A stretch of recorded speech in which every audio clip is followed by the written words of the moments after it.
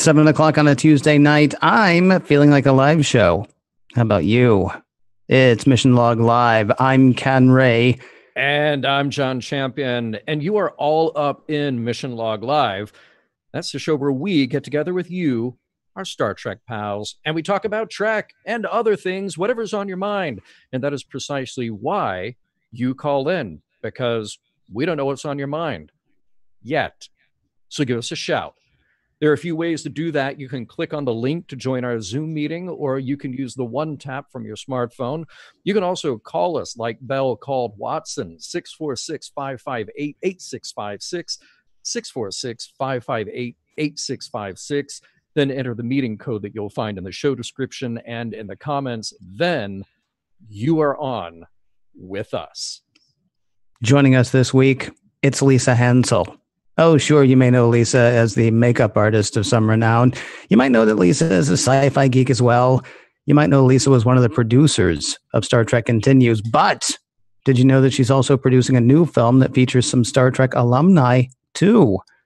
You'll want to talk to her about that and a whole bunch of other stuff. So, of course, the number to call is 646-558-8656, 646-558-8656. Then you enter the meeting code that you'll find in the show description and the comments, or you can join our Zoom meeting or use the one tap from your smartphone. This is not the last thing we're going to do. Heck, this isn't the last thing we're going to do. Well, it's the last thing we're going to do this week with you guys, but it's not the last thing. Hey, John, what's coming up from us? I don't know. Okay. No, There's bound to be stuff, though. I'm fairly certain. There is stuff. There is cool stuff coming up. So as we look ahead on the calendar for Mission Log Live, guests always in play to come on and talk to you and have you talk to them. On the live show, Dr. Erin McDonald. Erin explains the universe. She's going to do that in the 59 minutes that we have on a Tuesday night. Dr. Erin will explain the universe to us. We will have Kevin Dillmore. Now, you probably know Kevin as a co-writer of many a Star Trek novel. He's also the Hallmark guy. So all those Star Trek Hallmark ornaments, he's the guy. So we're looking forward to having both Dr. Erin and Kevin on to join us there in the weeks to come, plus many more cool guests. So keep tuning in Tuesday nights for that right here on Facebook Live at 7 p.m. Pacific and 10 p.m. Eastern. And then we've got more stuff coming out in the virtual realm. Yes, some VR events coming up in Sansar. Rod, I don't know, maybe I should say the full name, Rod Roddenberry, for people who don't know, is hosting a screening of the short film Instant in Sansar. That's coming up on the 30th of August. He's going to be there with, I think, one of the producers and some other people involved with the short film. So you will want to check that out. And then we will be back in the Nexus on September the 13th for the next wave of Star Trek trivia. Round one of our trivia tourney, which is short, by the way, for tournament. Who are the players? How will they be chosen? Yes, as a matter of fact, we do have a lot of questions that we need to figure out the answers to so that you can answer the questions that we'll pose. Thursday, the 13th of September in Sansar.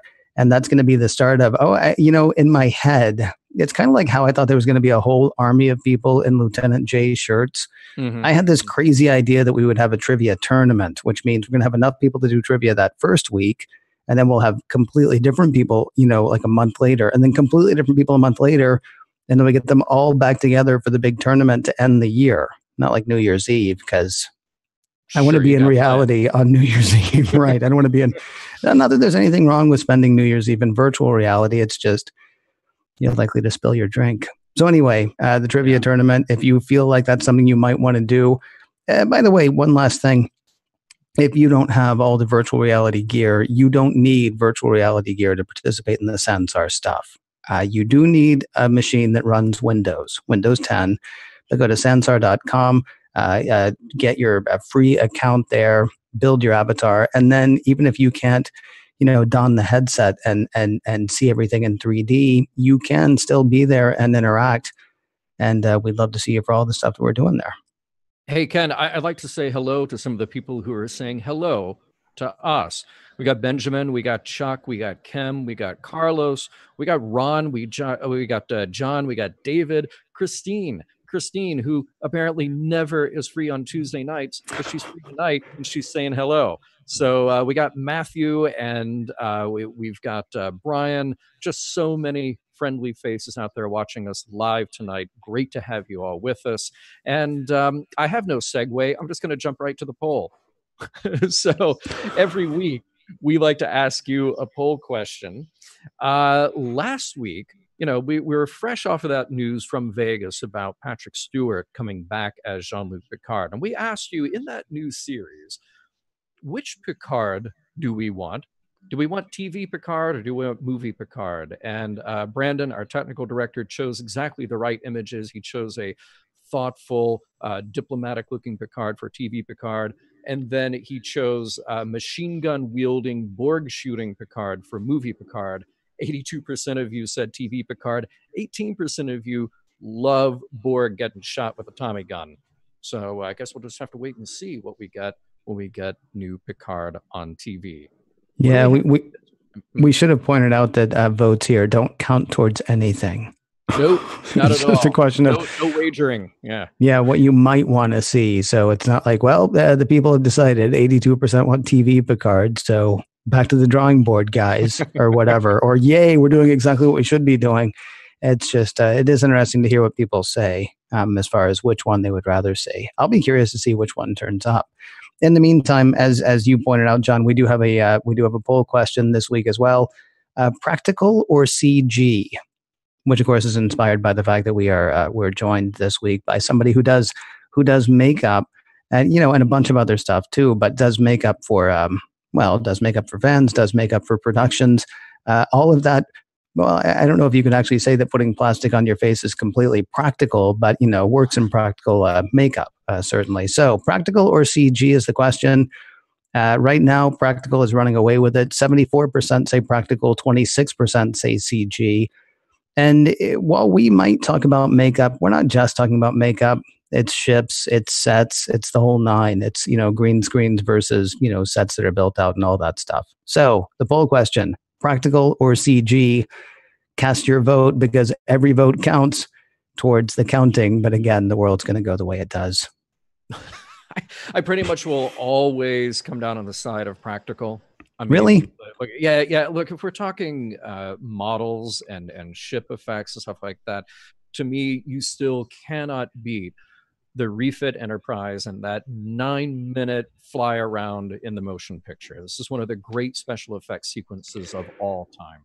Yeah. Okay. See, here's the thing. If you're talking about makeup, if you're talking about people standing there and interacting, I'm all about practical. If you're talking about spaceships, I don't see any problem with a good computer-generated ship, especially because that's much easier to model, right? It's much easier to fool the eye, basically. Like when that gigantic ship in Discovery hit that other gigantic ship and basically tore it in half. Yes. You were never going to be able to get that with a model, and the fact that they could do that, they could have done that and then started over if they wanted to. Whereas like so much stuff on Star Wars, it's like, okay, make sure all the cameras are set because we can blow this up exactly one time. And right? it blowed up real good. Yeah, right. That trench, it blowed up real good. I mean, that's the thing. Look, I love to be fooled by CG.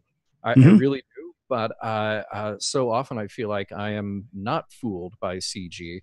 And I just, if I want to see a real model, like a practical model, a thing that's 3D that has some weight to it, that's what I want. But you know what? We can bring this into the makeup realm as well when we welcome our guest, because I'm very interested in the blend of practical and CG, particularly as it applies to makeup. You mentioned a little show called Discovery.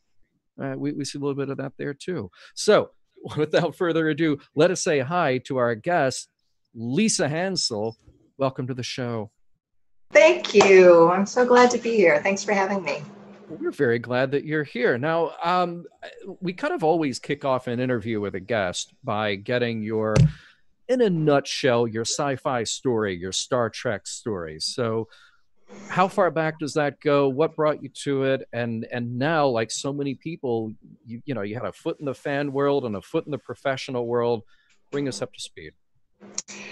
Star Trek for me was something that I can't remember the first time I fell in love with Star Trek. It was at a very, very young age. Like very many children of my era, and this era. Broken home, mom working 3 jobs to support 3 kids. I feel like I was raised by Captain Kirk and the crew of the Enterprise. I would run home every day from school and watch it religiously. My brothers would have to fight me to get any screen time during that hour. I've always loved Star Trek. Wow.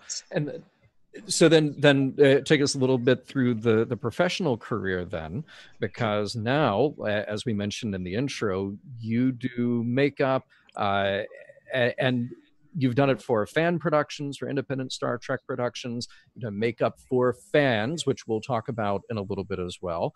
But your love of sci-fi and Star Trek has now got you into the practical workmanship of making Star Trek happen. Yes, it has. I started actually at the Las Vegas convention 12 years ago, 13 years ago. I was cosplaying T'Pol.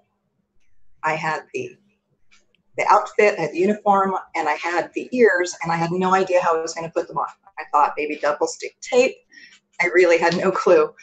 And someone said that there was a guy in the makeup room, or in the dealer's room, doing makeup. And so I went down there and met him, and he put my ears on and my eyebrows on. We became fast friends, and that friendship grew into a marriage. He's my husband, Tim Biddito. He and I are co-makeup supervisors on Star Trek Continues, and co-makeup people on a lot of things. I bring more of the beauty makeup, and he brings more of the sculpting and the making of prosthetics. So we're kind of a double threat, or one-stop shop, if you will. And it was seamless, really, to marry that sort of thing with my love of Star Trek. It's kind of funny because you've got, I'm thinking about, so you both had to work on Spock, right? Yeah. Because, yes, he had the eyebrows, certainly, and he had the ears, certainly, but he really rocked the eye makeup. Yes, he did. It takes a confident Vulcan to rock that smoky blue. It does indeed. Let me ask you, so when you guys started doing, because there's so many things, like people complain about, there's a new look for the Klingons in Discovery, and J.J. Abrams, redid a lot of the look of things when he did, his line of movies. And even in the next gen, there were some times where, the changing Klingons from the original series to the motion picture. What's interesting about what you guys did on Star Trek Continues is you wanted to almost feel like you were walking back onto the set in 1968, 1969, right? Yes. You're sort of recreating a lot of those looks. I guess a couple of things I'm wondering is there anything that was particularly difficult to recreate? And then also, is there any sort of trepidation? Like, that's going to be under a microscope, because I don't know if you know this, but sometimes Star Trek fans can be sticklers. Interesting. Wait. Yeah, that was the goal. Any makeup artist on a production is going to come on and do what the director tells them to do. So the makeup choices that you see in other emanations of Star Trek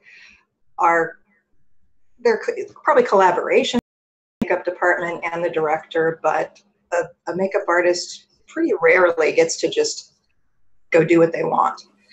So in this case, the case of Star Trek Continues, our whole goal was to recreate the look and feel of the original series. So yeah, sticking to those stringent standards, as you say, was very tough at sometimes. Tellarites were probably the most difficult, just mostly because of budget constraints. We're on a shoestring budget, crowdfunded. We had to get really creative. There were a lot of challenges.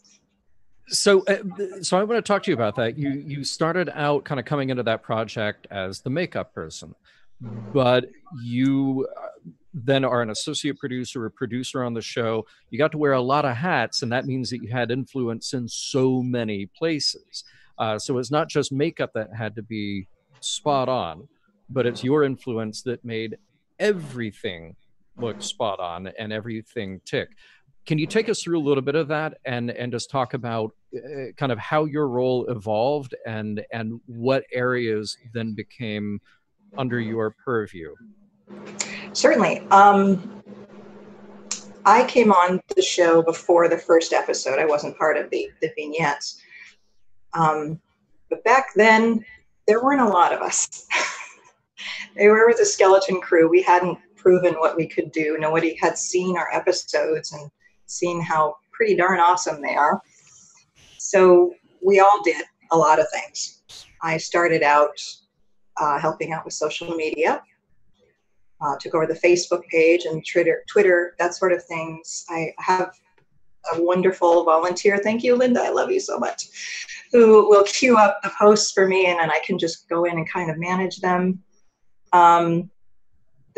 It came to be the three of us kind of at the top. That would be Vic Mignogna, who plays Captain Kirk, who's our exec producer, at the head, kind of in a production Captain Kirk standpoint. And then his Bones and McCoy were myself and James Kerwin, who co-wrote and directed many of the episodes and was also producer.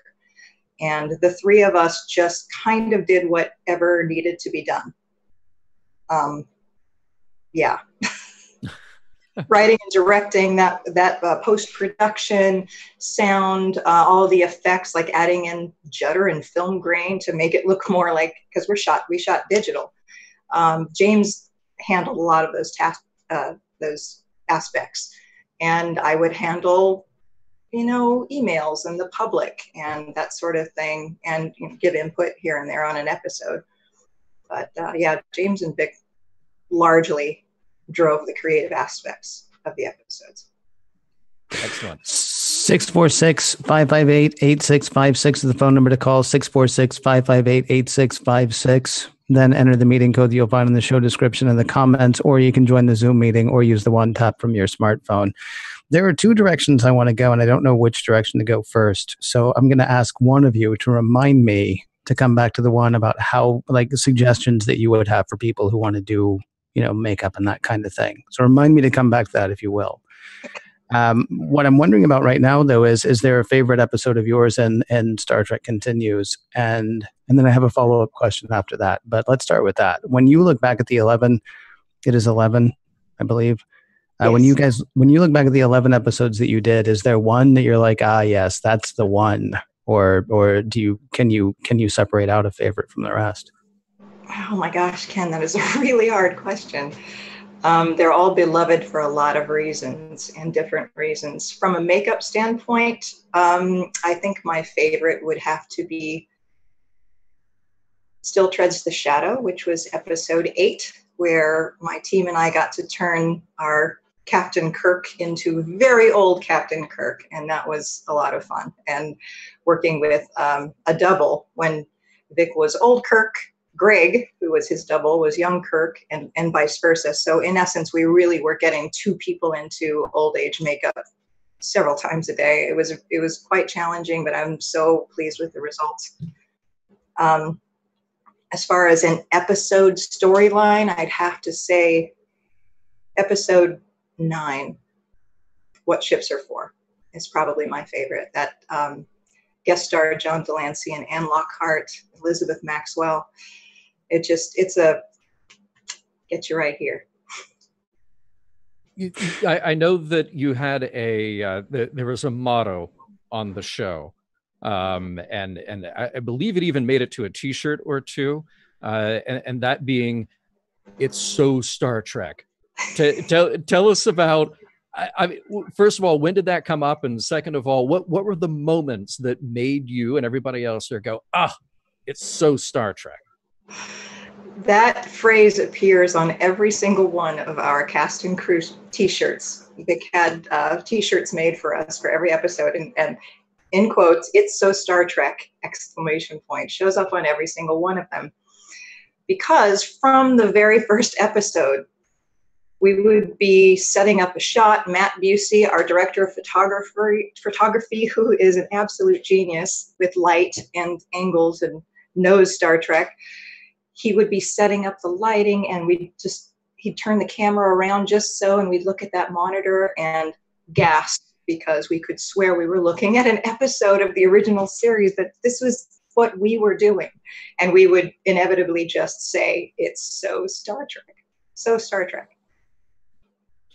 We have a video caller waiting. We have Casey, who has been so patient. Casey, what's up tonight? Hey, guys. I decided to be on the same time frame as you this go around. That is so helpful to not have that delay. That's it's like we're live talking to each other. What's up tonight? It's the perils of space travel. No, you guys are amazing. I just want to extend my personal thanks to your guest, because it's almost like, your poll question is really apt, because there's this devotion and love for what's come before, and it's sort of competing with a need for changing things up.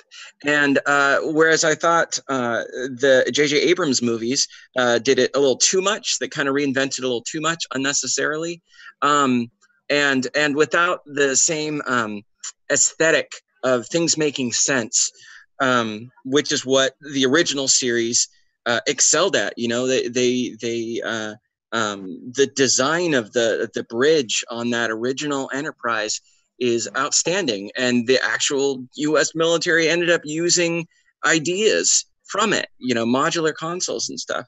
So Discovery, I think, is it's by no means looks like Star Trek Continues, but it's hard to find that perfect ground. I think what they did with Star Trek Continues is beautiful. It's very lovingly done, but I think that just a lot of what they do on Discovery is beautiful too. Just keeping with the spirit of things and still showing the love. So it's not quite Trials and Tribulations. You'll find out what that is in a couple of years. But no, I think there's room for it all. Infinite diversity, Yeah.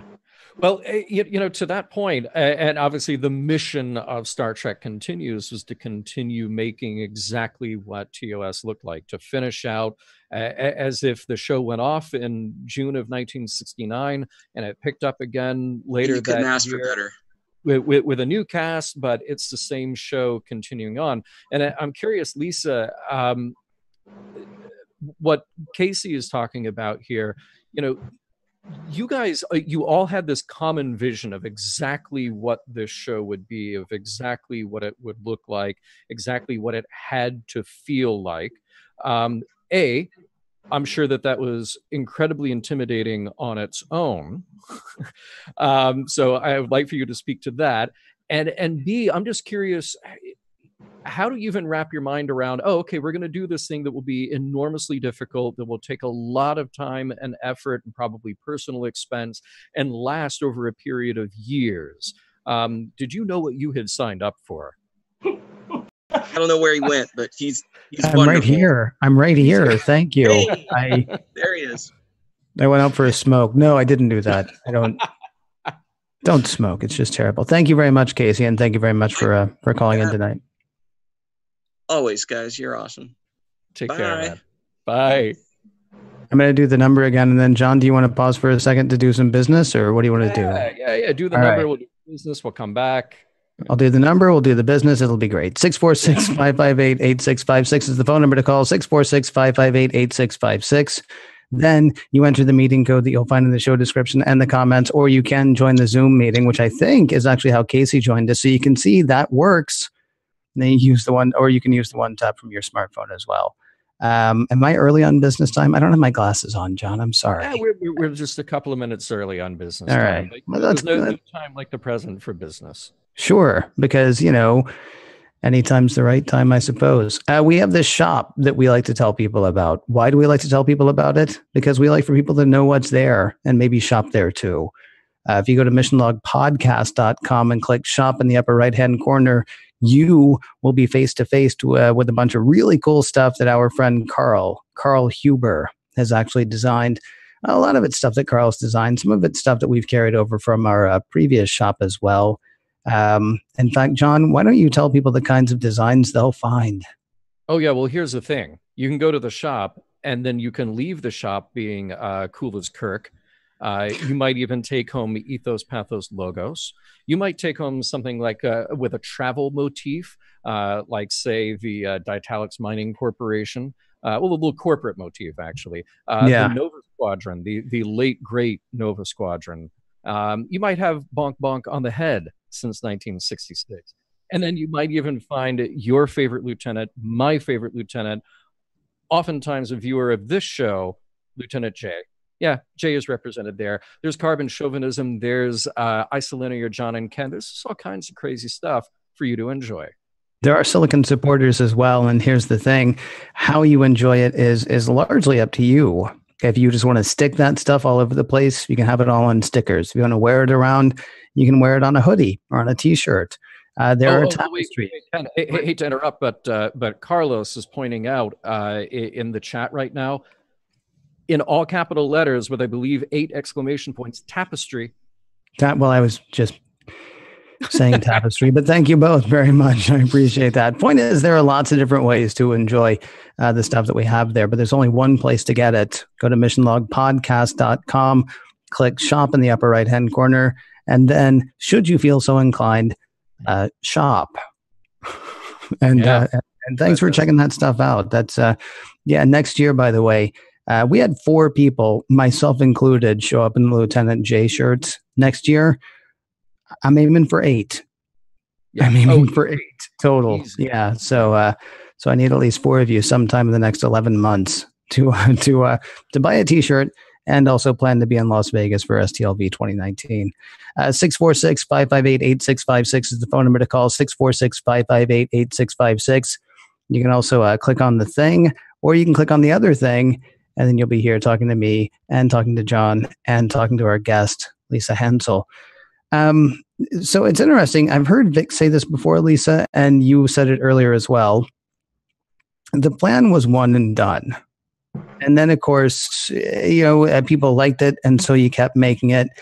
And I don't want to get into all the business stuff, with CBS and whatever. But at this point, the most you might be able to do is 2, and then you're out. If somebody came to you today and said, hey, I'm thinking about doing this Star Trek thing, what's your advice? What would you say to somebody who's like, yeah, I'm going to do a fan-produced Star Trek whatever? Would you say that's a great idea? Or would you say, okay, but you understand? Or would you say, have you ever thought about doing, something else? I would say that I would never discourage anyone from being creative, from doing something creative if they're passionate enough. I know how much work it takes. If someone can put that kind of time and effort and love into something and do it by all means. But don't, absolutely, look into the guidelines and regulations and don't get in trouble along the way, because, you want to be out of jail for your next thing. We were talking about jail before we came on. We were. And for the record, nobody here is in jail. Yes. That was well established earlier. It's a good thing. Okay, but along those lines then, Lisa, so you met with and you worked with all these incredible people. You got your Michael Forrest, you got your John Delancey, you even had Marina Sirtis come in and do a guest voice, which I absolutely love. So now you have this collection of very talented people around you, actors and writers and directors and producers and all these people, and now you have stepped up to do something very different, which would be When the Train Stops. So give us a quick idea there of what that is and kind of the DNA from Star Trek Continues that has worked its way into When the Train Stops. Sure thing. Excuse me. When the Train Stops was written by Bernadette Hale, who is the sister of Diana Hale, who is the wife of Michael Forrest, who played Apollo on Who Mourns for Admetus. He was the guest star, our very first guest star in Star Trek Continues. And we fell in love with him. Oh my gosh, he and his wife are so adorable. And we get together once a month for Forrestinis, which is a martini made by Michael Forrest. Just became family. They absolutely became part of the family, and which is kind of a running theme with Star Trek Continues. Our guest stars end up being part of this family, and we're so big now after 11 episodes. So the story was written for Michael. It's kind of a Twilight Zone-esque psychological story with a twist. It's a short, it's about 20 minutes. They approached me about a year ago to produce it, and I was a couple of Forestinis in, and I said, absolutely, let's do this. But I'm a person of my word, and now we are in post-production, just about to do our final sound mix. We'll be finished with the film in about 3 weeks. And having stars like John Delancey, and of course, Vic Mignogna, Rekha Sharma, and the lead is played by Darren Jacobs, someone that the Trek community doesn't know yet, but he's amazing. I worked with him many years ago and thought, if I ever produce something, he's going to be in it. So watch for that guy. It's a really fun short story. I'm so proud of it. I can't tell you how proud I am of it. There's a beautiful original score, and here, I'll break this news for you. Right. We had a guest musician for the musical score. Our composer, Mike Avanim, he wanted to have an instrument called a sarangi. And it's not an instrument whose sound can be easily reproduced digitally. But he didn't know anybody who played it. It so happens that Rekha Sharma plays the sarangi quite well. And so she is a guest musician for the score for our short film.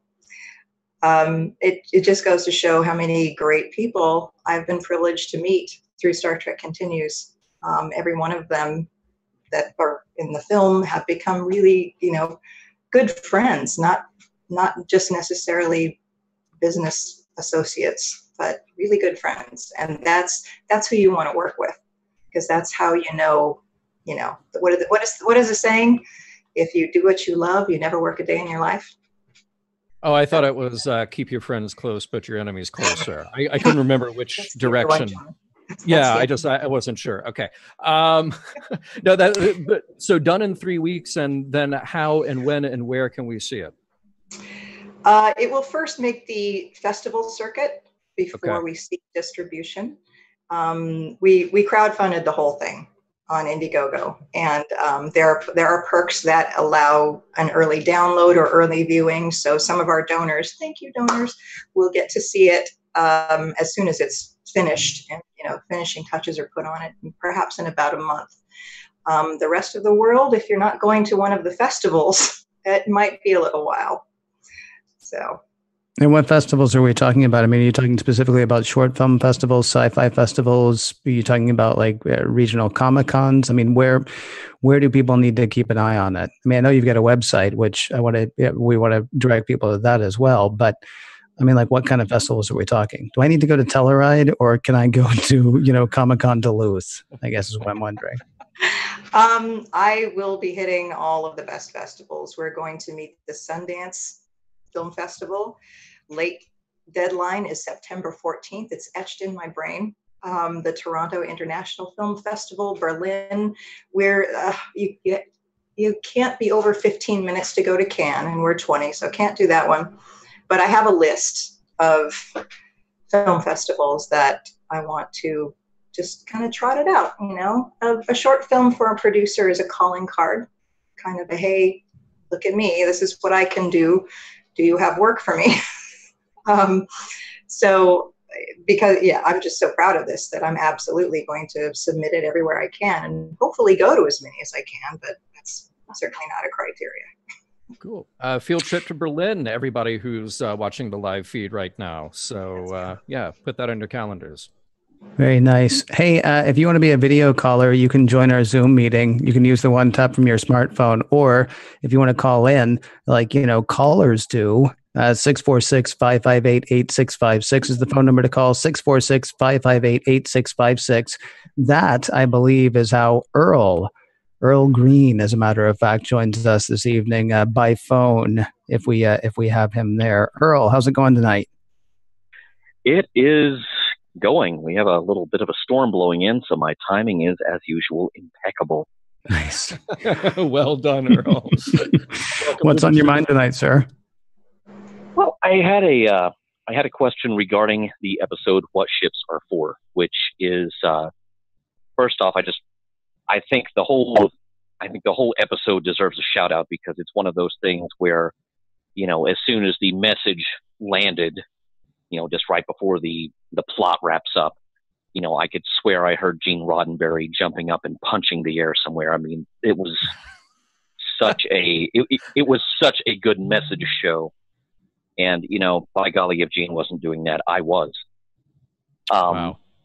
Fantastic. However, the question I have there is that John Delancey's character in What Ships Are For is, I'm going to try not to spoil this for anyone who hasn't seen it. And if anyone hasn't seen it, please do catch up.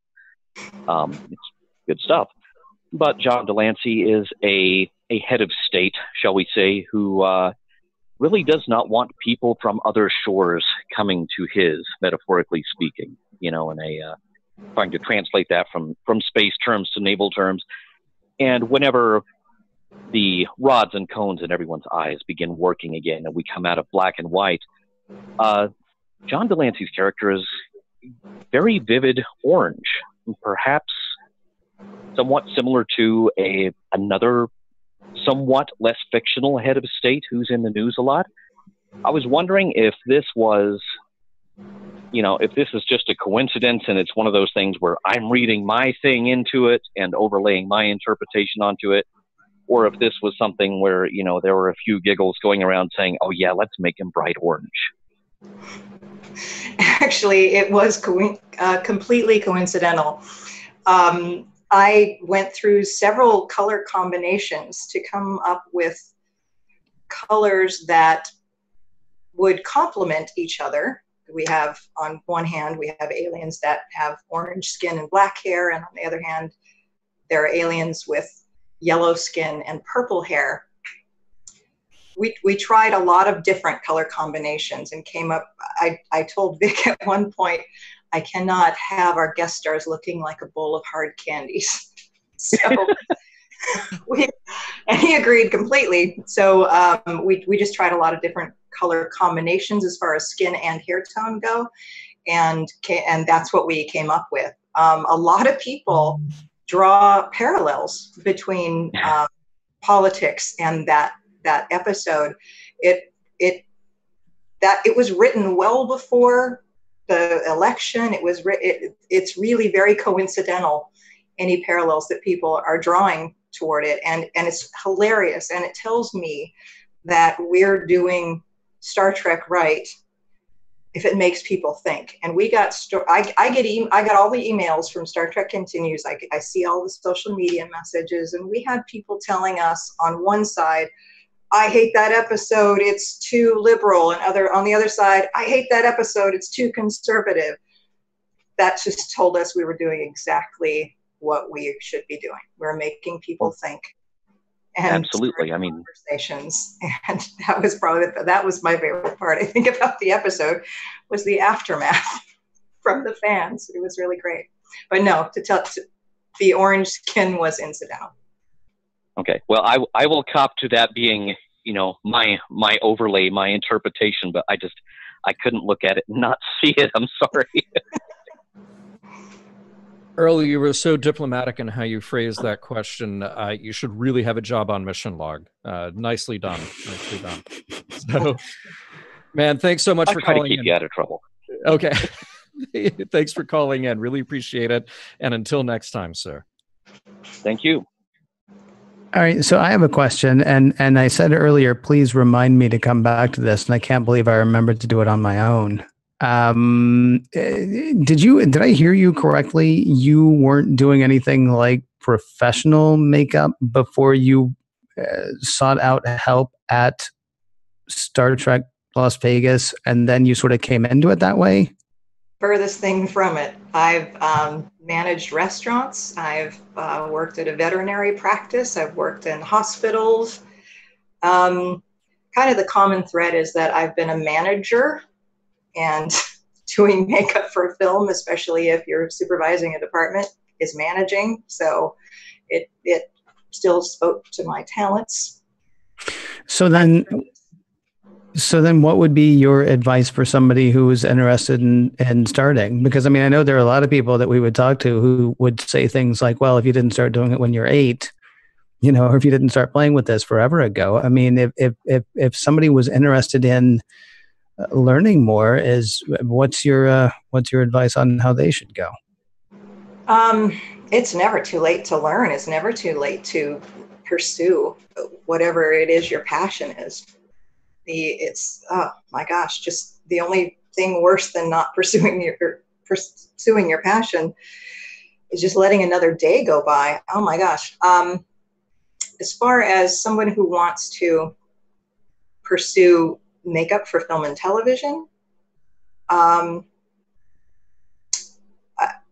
most important thing, I think, is to learn the business. You can learn the skills. You can, know how to prep a face and slap on the prosthetics. But the makeup artists that work are the ones that understand that it is a business and it's a whole production.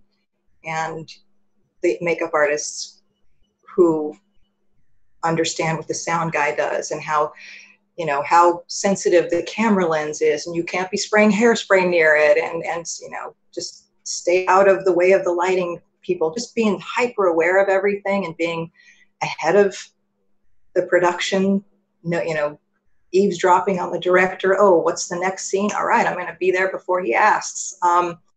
Those are the people who work. So absolutely, of course, you have to know the skills and you have to learn the trade. But if you want to get, ahead, learn those other skills too. Learn to be a team player on a production, on a set, and you will work. I want to switch gears. Oh, sorry. Go ahead, Ken. Well, no, if you will forgive me, John. I'm sorry to interrupt. Along a similar line, though, you said a sentence earlier that in my head, I was like, that's not a sentence I've ever said, although I'm thinking maybe I should start. You said to yourself, if I ever produce something, I'm going to have that guy. And I'm like, who says to themselves, if I ever produce something? So I guess the follow-up question I have is, not a follow-up, but along a similar line, I'm not even certain I understand exactly what goes into being a producer. I have sort of I think maybe a little bit of a textbook idea, but I mean, can you talk to me really quickly about what it is that takes you from a couple of drinks to producing a short film? Besides poor judgment? Sure. Yeah. Kidding. A producer herds cats. A producer just is assigned to the project and all aspects of it from start to finish. Other people will come on to help in their particular areas, and then they move on. But the producer stays with the project from script, from concept to script, to funding, to pre-production and hiring your crew, to production, post-production, marketing. It's like I said, I've been on this is a 20-minute short film that I have spent a year of my life on. Mm-hmm. I've done some other things here and there, certainly, but it's absolutely taken over, pervaded a lot of my life for the last year, and will continue to do so at least for until next summer or beyond, probably beyond, if everything goes well. So you gotta love the material. You gotta love what you're doing when you decide to get into it, because it's you. You're it. The buck stops here and starts here, as far as what a producer does. So. Well, since we're getting kind of toward the end of the show here, there's something that I want to talk about, switching gears just a little bit. You've talked about your experience as a fan at a convention and how that now led to this whole other experience in your life. But what I'm really interested in is that every year in the recent years, you've been coming back to Las Vegas, you've been doing makeup for fans. And you've been getting to know fans at Star Trek Las Vegas. So it's a whole different dynamic. Your experience is very different. You got to sort of pay it forward as the fan who was there to get your Vulcan ears done. And now you've met some awesome people. You've done some incredible work while you're there. I'll mention one. I know you've got others that are memorable to you, but our friend Kayla LaFrance, who was on King of the Nerds, right? And then King of the Nerds, yeah. Yeah, and then she was on our show as a guest. She won a competition that Roddenberry had when we had the Roddenberry stage, I believe it was that same year, and won a full Klingon makeup job by you and Tim. She did, yes, she did. That was fantastic. Oh my gosh, she was so excited. And she works at NASA, so we were just as excited to be working on her. She's like, oh, wow, you're a makeup artist. I'm like, oh my gosh, you work in mission control. We were nerding out all over each other the whole time, absolutely. But she's a Klingon at heart, absolutely. Talking to her like she's into hockey and all this really cool stuff. And I'm like, this is the perfect makeup for you. Perfect. So I was thrilled to do that for her. And I just, every time, I remember the first time I got ears put on, and I looked in the mirror and went, oh my, what? That's crazy. And I love seeing that look in the faces of other people, be it actors or fans, especially fans, because I get it. I totally get it. We've been very fortunate to meet a lot of great people through doing makeup. And I know that in Vegas, yeah. And you've made friends with Oren, who tell us a little bit about her. Yeah, okay, there it is. Big heart. Yeah. Oh my gosh, Oren. Oh, I can't even remember. It's been I don't know how many years we put on that woman. Every year in Vegas, she would come and get her ears pointed, and we work in foam latex, which is a little more stretchy and a little more one size fits all. I mean, your ear is like your fingerprint. It's so personal. It's really hard to make anything that's one size fits all for that. But these ears that we have, they're from Rubberware, and they fit on her ears so perfectly. It's amazing. Once we blend it in, get it all seamed, you wouldn't, even up close, as a makeup artist in film and television, you're like, would this hold up to HD?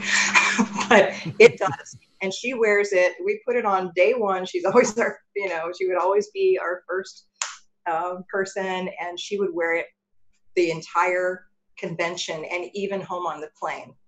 TSA let her get on the plane with ear tips on because they looked so natural. But yeah, we love Oren. Awesome. Hey, we've got the lightning round coming up in just a moment. I feel fairly certain that John has told you all about the lightning round, Lisa. Before we get to that, though. Yeah. See, Lisa and I we talk a lot, but yeah, it didn't come up. The lightning round really didn't come up. Yeah. Really? No, that's. I'll tell you about it next time we get together. Yeah. It's an amazing surprise, but you'll find out in a moment what the lightning round is. Before we get to that, though, I want to remind people about something that would be great for them to do after our show, and that is stay right where you are.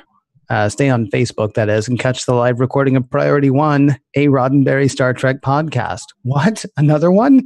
It's not the only other one, but yes, another one. Each Tuesday at 11 p.m. Eastern, 8 p.m. Pacific, Elijah, Kenna, and Anthony bring you news from all over the Star Trek multiverse. That's TV and movie news, that's gaming news, literary reviews, and a bunch of other stuff too. To kick off really right after our show is the plan. So every Tuesday night, as soon as we're done, what you do is you then point your browser to facebook.com/Priority One Podcast, or go in whatever app you're using to watch to Priority One Podcast on Facebook, and settle in for Priority One, a Roddenberry Star Trek podcast, streaming live here after us, or again, podcast.roddenberry.com. If you can't stay and watch their show live, either go to Apple Podcasts or whatever you use to catch pod, or go to podcast.roddenberry.com and see what they have turned their live recording into. So, lightning round, John. You want to do the lightning round? Oh, I love the lightning round. Yeah, I know you do. And Lisa, I'm sure you have just been dying to do the lightning round ever since you heard about it a minute and a half, 2 minutes ago. Yeah.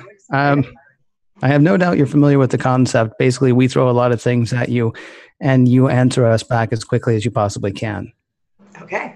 All right. Best makeup in all of Trek. Saru. Really? Okay.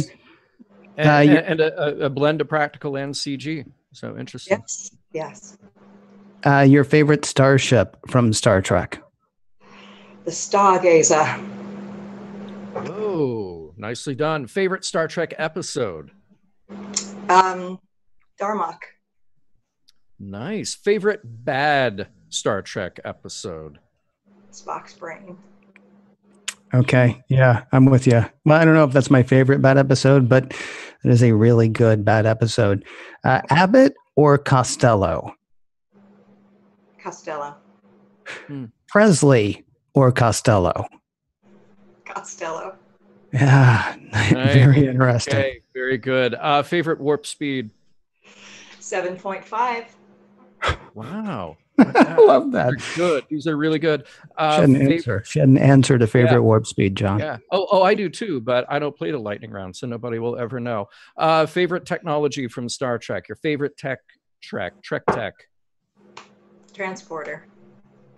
Of course. And speaking of transporters, the question to end all questions: have you been to Vulcan, Alberta, Canada? I have not been. It's on my bucket list, though. I would love. Is it to. really? I would love. That's to. great. Yeah, I'm a Vulcan through and through. Well, Klingon sometimes, but yeah, I would love to go. Love to go. I love the fact that you actually know what I'm talking about, because we've had everything from people saying, "Of course, have you not?" All the way to Doug Drexler saying, "Why would I want to go there?" So, which is really, and apologies to everybody in Vulcan, because it wasn't me that said it; it was Doug. Though I do bring it up about every other week because it was really he will never let it down. It was a priceless moment. No. By the way, Christine is saying, Lisa, road trip to Vulcan, I'm in. So you've already got a travel partner there. So Christine, Lisa, me and Michelle, we're going to Vulcan. Oh, good. Oh, that would be awesome. Because this is all going on the Mission Log Road Show. This is going to be an amazing trip. Yeah, this needs to be a whole series. Yeah. 2025. Yeah. Well, here's what I'm thinking. If I ever produce anything, right, it's going to be a documentary of your road trip. Exactly, your road trip to Vulcan. And of course, if I'm on the road trip producing the film, I'll be able to ask you, how many Fosteenies, what are they called? I don't even remember what they're called. Forestinis. How many did we have before I said, yeah, I totally want to produce that documentary? I hope it's at least 2. I don't want to be the only lightweight in the room. Nice. Oh, man. You guys are so much fun. Yeah. Okay. Thank you.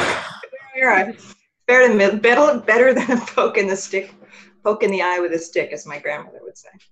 Well, that's high praise. I'm going to ask really quickly. So obviously we've all just come off of STLV. You're talking about going into the different film festivals and things like that. Are there other events?